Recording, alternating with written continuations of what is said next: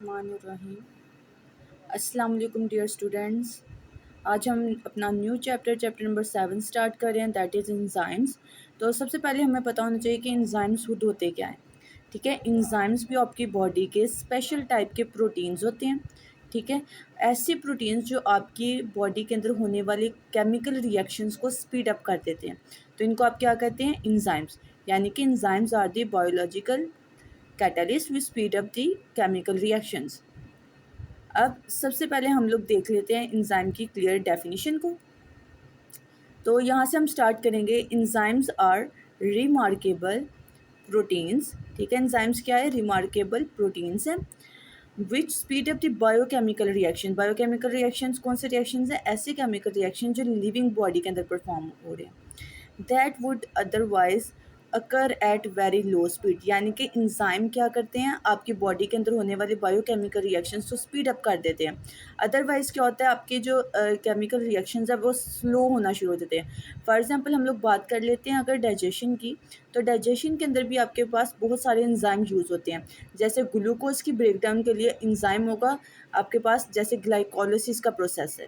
ठीक है, उसके दरमियान में आपके पास क्या होगा, इंजाइम्स यूज़ हो रहे होते हैं। अगर वो इंजाइम्स नहीं यूज़ होंगे तो इसका मतलब क्या है, आपकी बॉडी का जो डाइजेशन का प्रोसेस है वो स्लो डाउन हो जाएगा। उसके बाद हम लोग देखते हैं इंजाइम के अंदर सबसे पहला जो चीज़ आती है वो है मेटाबॉलिज्म। आपने पहले भी पढ़ लिया था, मेटाबॉलिज्म जो है उसकी 2 टाइप्स। ठीक है, मेटाबॉलिज्म आपकी बॉडी के अंदर परफॉर्म होने वाला कोई भी केमिकल रिएक्शन है, उसको कलेक्टिवली आप लोग क्या बोलते हैं, मेटाबॉलिज्म। ठीक है, सबसे पहले हमने पढ़ा इंजाइम्स। इंजाइम्स क्या होते हैं, इंजाइम के बाद हम देख रहे हैं मेटाबॉलिज्म, क्योंकि हम लोगों ने बात की है बायोकेमिकल रिएक्शंस की। ठीक है, अब उसी से रिलेटेड हम लोग क्या पढ़ने लगे हैं, मेटाबॉलिज्म। मेटाबॉलिज्म क्या है, आपकी बॉडी में होने वाले जितने भी केमिकल रिएक्शंस हैं उनको सम किया जाए। ठीक है, ताकि हर केमिकल रिएक्शन, आपको पता है, आपकी बॉडी का लाइफ की एक्टिविटी को बेहतर बनाने के लिए किया जाता है। ठीक है, तो उसी से रिलेटेड उन सारे प्रोसेसेस को हम कलेक्टिवली क्या बोल देते हैं, मेटाबॉलिज्म। और फिर मेटाबॉलिज्म की आपके पास 2 टाइप्स हैं, कैटाबॉलिज्म एंड एनाबॉलिज्म। अब सबसे पहले हम देखते हैं कि कैटाबॉलिज्म होता क्या है। कैटाबॉलिज्म में क्या देखते हैं हम लोग, involve the breakdown of complex molecule. Complex molecule का मतलब क्या है, बहुत बड़े मॉलिक्यूल्स। फॉर एग्जांपल अगर हम लोग फूड खाते हैं तो हम लोग क्या लेते हैं, एक बड़ा पीस लेते हैं, च्यू की हेल्प से, च्यू करने से हम लोग टीथ की हेल्प से, सलाइवा की हेल्प से उसको क्या कर देते हैं, स्मॉल पीसेस में कन्वर्ट कर देते हैं, सिंपलर सब्सटेंस में कन्वर्ट कर देते हैं। ठीक है, तो ये क्या हो गई आपके पास, कैटाबॉलिज्म। यानी कि कैटाबॉलिज्म क्या है, breakdown of complex molecule into the simpler ones. और इस दौरान आपके पास एनर्जी क्या होगी, रिलीज होगी। आप लोगों को एनर्जी यूज़ नहीं करनी पड़ेगी, बल्कि क्या होगा, जब लार्ज मॉलिक्यूल स्मॉल में कन्वर्ट होता है, फॉर एग्जांपल डाइजेशन के दौरान आपका लार्ज मॉलिक्यूल स्मॉलर में कन्वर्ट होता है, तो उसके साथ आपको क्या मिलती है, आपको एनर्जी मिलती है, जिसको आप यूज़ करते हो मल्टीपल ऑफ टास्क के लिए। उसके बाद इसमें आप लोग एग्जांपल्स ले सकते हो। For example cellular respiration in which food glucose molecule is broken down into carbon dioxide and water to release energy. ठीक है, ये सेलुलर रेस्पिरेशन की डेफिनेशन भी आप कह सकते हैं। ठीक है, अब आप लोग फूड है आपके पास, यानी कि ग्लूकोज, उसकी जब ब्रेक डाउन करते हैं उसमें क्या होता है, C6H12O6 in the presence of oxygen. ठीक है, उसके बाद आपके पास क्या रिलीज होता है, carbon dioxide plus water. As a result आपको क्या मिल जाती है, एनर्जी। अब ज़रा ब्लू ब्लॉक देख लें, इसमें आपको एग्जांपल दी गई है हमिंग बर्ड्स की। ठीक है, ये वो बर्ड्स हैं आपके पास जो ट्री के अंदर होल करके रहते हैं। ठीक है, humming birds have one of the highest metabolic rate. इनका क्या होता है, मेटाबॉलिक रेट बहुत ज़्यादा।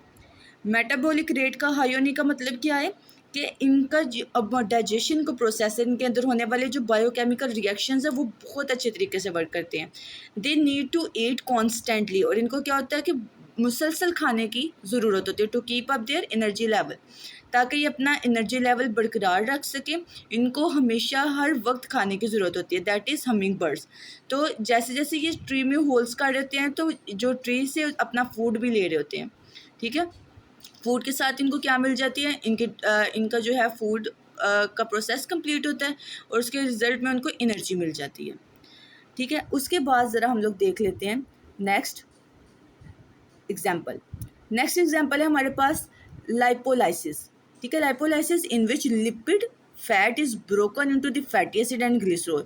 जैसा कि हमें पता है कि जो लिपिड यानी कि हमारे पास जो फैट्स होते हैं वो किस दो चीज़ों से मिलके बने होते हैं, फैटी एसिड और ग्लिसरॉल से।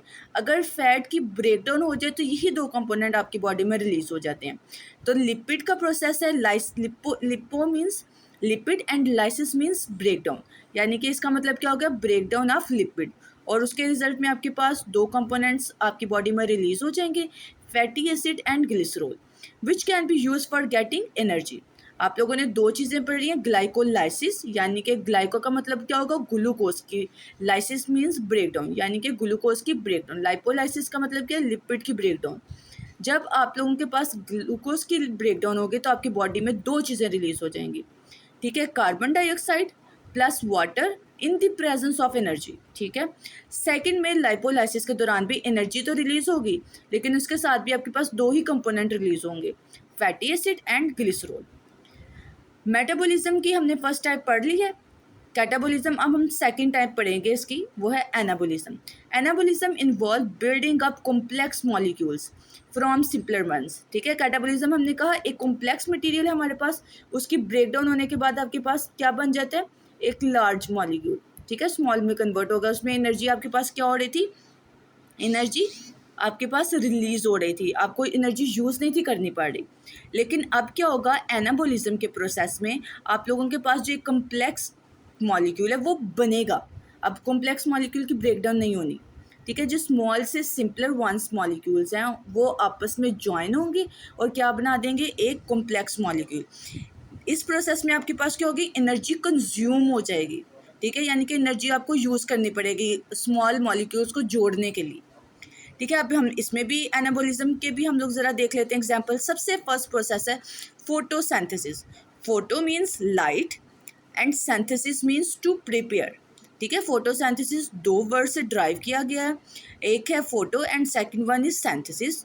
तो फोटो का वर्ड आप लोगों ने केमिस्ट्री में पढ़ा होगा काफ़ी टाइम, फोटो मीन्स फोटॉन्स यानी कि लाइट। सिंथेसिस का मतलब क्या होता है, प्रिपेयर होना। अब लाइट की प्रेजेंस में क्या चीज़ प्रिपेयर हो रही है, फूड, ठीक है। और ये प्लांट का एक स्पेसिफिक फंक्शन है in which carbon dioxide and water are join. अब देखिए दो आपके पास सिंपल मॉलिक्यूल्स कंबाइन हो रहे हैं, वो कौन से हैं, प्लांट क्या करता है, एयर में से कार्बन डाइऑक्साइड ले लेते हैं और सॉइल में से वाटर को ले लेता है। अब ये दोनों चीज़ें मिलेंगी तो आपके पास क्या बन जाएगा, ग्लूकोज का molecule in the presence of sunlight, ठीक है। अब देखिए कार्बन डाइऑक्साइड में क्या है, C and O2 और वाटर में क्या है, H2 and O। तो ग्लूकोज का अगर फॉर्मूला देखें तो यही चीज़ें होती हैं, C6H12 and O6, ठीक है ना। उसके बाद सेकंड एग्जांपल है प्रोटीन सिंथेसिस की। अब प्रोटीन के लिए आपको पता है आपके पास अमीनो एसिड्स का होना ज़रूरी है। अब छोटे छोटे मॉलिक्यूल्स हैं अमीनो एसिड्स के, वो आपस में कंबाइन हो जाएंगे, ज्वाइन होंगे, तो उसके बाद आपके पास एक स्पेसिफिक टाइप का क्या बना देंगे, प्रोटीन। अब डायग्राम से देखिए आप लोगों को कंप्लीट हर चीज़ क्लियर समझ आ जाएगी। सबसे पहले आपके पास क्या लिखा हुआ है, कैटाबॉलिज्म। आप लोग देखें कैटाबॉलिज्म में क्या है, आपको नज़र आ रहे हैं स्मॉल स्मॉल से यूनिट्स हैं, ठीक है, सिंपलर सब्सटेंसेस हैं, वो आपस में कंबाइन हो जाएंगे और एनर्जी मॉलिक्यूल्स को यूज़ करते हुए, ठीक है, यानी कि उसमें आप लोग यूटिलाइज नहीं करोगे बल्कि एनर्जी रिलीज हो जाएगी। आप लोग देखें एरो आपका किधर है, नीचे की तरफ, इसका मतलब क्या है, एनर्जी मॉलिक्यूल्स में से रिलीज हो रही है। स्मॉल यूनिट काफ़ी सारे जो हैं आपके पास मौजूद हैं, ठीक है, वो कंबाइन होंगे, लार्ज मॉलिक्यूल बना देंगे आपके पास, ठीक है। उसके बाद एनाबॉलिज्म में देखें आप लोगों के पास यहाँ पर स्मॉलर यूनिट्स हैं।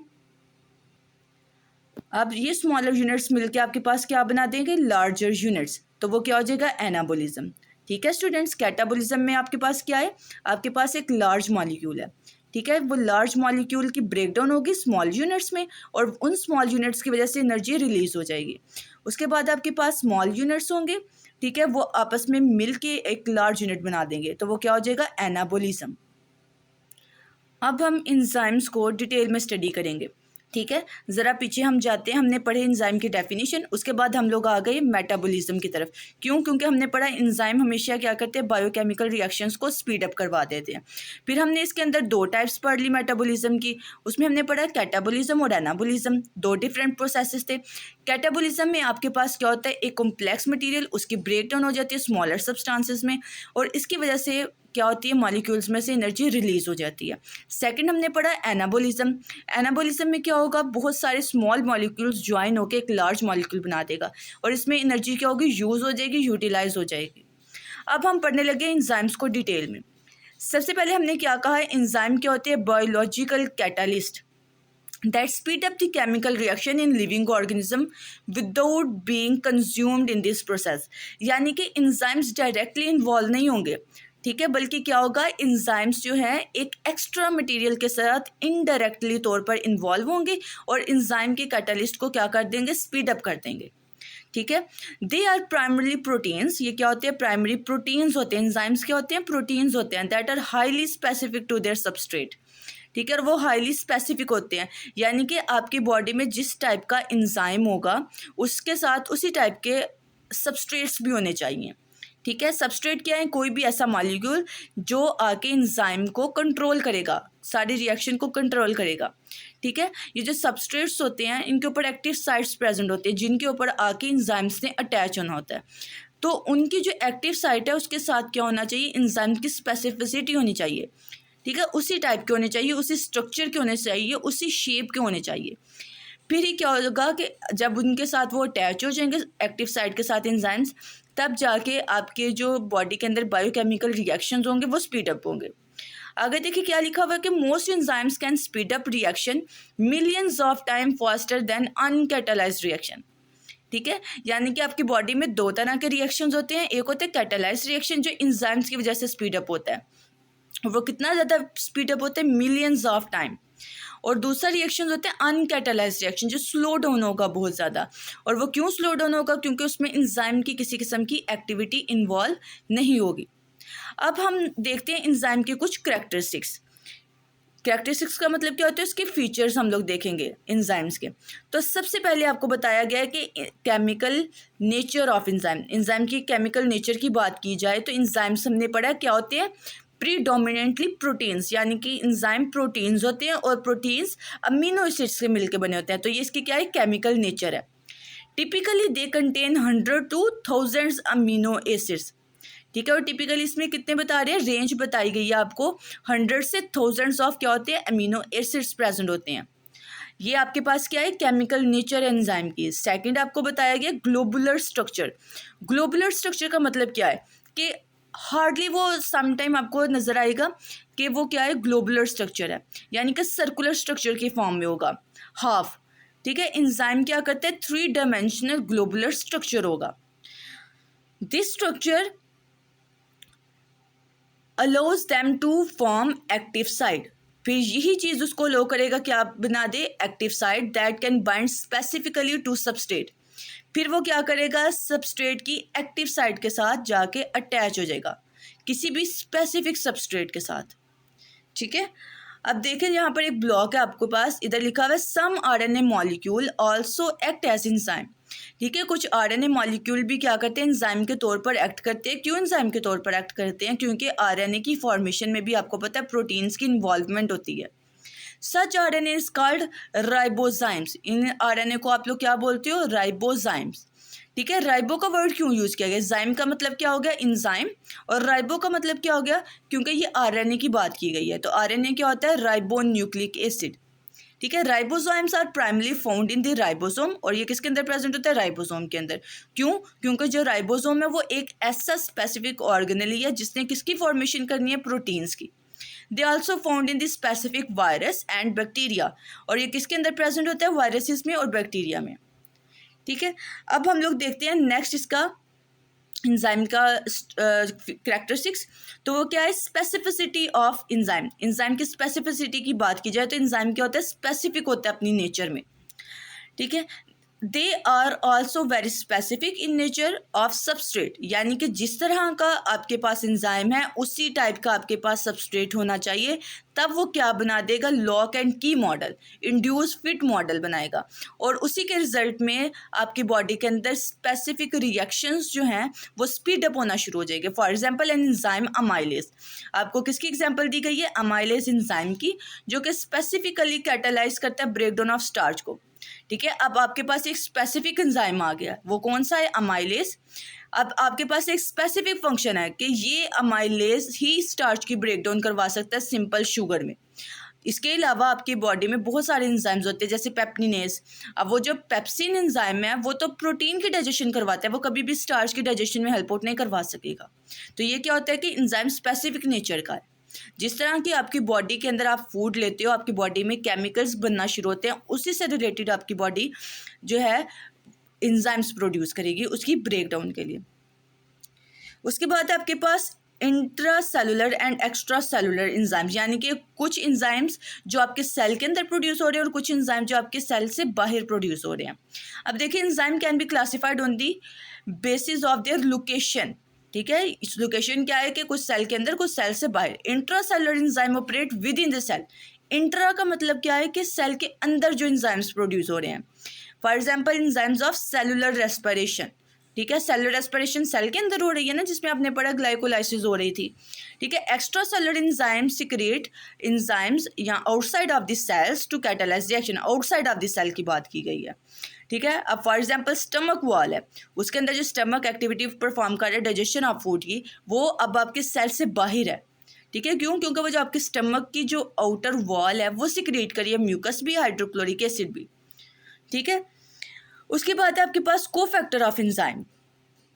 कोफैक्टर ऑफ एंजाइम क्या है? Many enzyme require additional non protein molecules to be fully active. यानी कि कुछ एंजाइम्स होते हैं उनको नॉन प्रोटीन मॉलिक्यूल्स की भी ज़रूरत होती है, क्योंकि आपने पढ़े एंजाइम्स क्या है? प्रोटीन्स है, लेकिन इनको नॉन प्रोटीन मॉलिक्यूल्स को भी की भी ज़रूरत होती है ताकि ये फुली एक्टिव रह सके।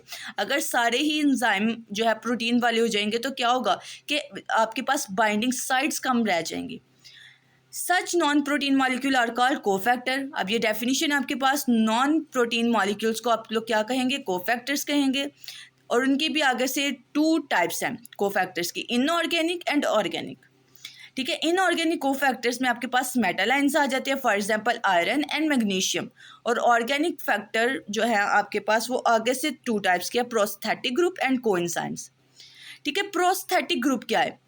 अब इसके अंदर क्या है, ये ऐसा ग्रुप है जो टाइटली बॉन्ड होता है किसके साथ? एंजाइम के साथ। जबकि कोएंजाइम क्या होगा? लूजली अटैच होगा, लूजली बाइंड होगा किसके साथ? एंजाइम्स के साथ। प्रोस्थेटिक की अगर हम लोग एग्जांपल की बात करें, इसमें काफ़ी सारे हमारे पास वाइटामिन आ जाते हैं, for example biotin and haem group. ठीक हो गया। कोएंजाइम में हमारे पास क्या एग्जांपल आएगी? Vitamin and nucleotide. इसमें क्या है? NAD, ठीक है, एंड NADP। ठीक हो गया। ये आपने एग्जाम्पल्स अच्छे तरीके से याद रखनी है। इसमें NAD क्या है? NAD stands for nucleotide adenosine diphosphate. ठीक है, ये D का मतलब क्या है? डाई, यानी कि 2 मॉलिक्यूल्स हैं। तो इंशाल्लाह आज हमारे करैक्टरिस्टिक्स का टॉपिक हम यहाँ तक ख़त्म फिनिश करते हैं। तो इंशाल्लाह नेक्स्ट वीडियो में हम इससे आगे कंटिन्यू करेंगे। तब तक के लिए स्टूडेंट्स, अल्लाह हाफिज़।